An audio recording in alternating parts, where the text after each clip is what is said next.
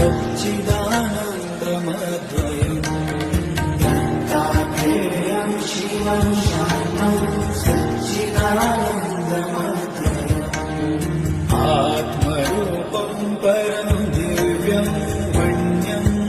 उपास्महे आत्मरूपं परं दिव्यं वण्यम् उपास्महे दत्तात्रेय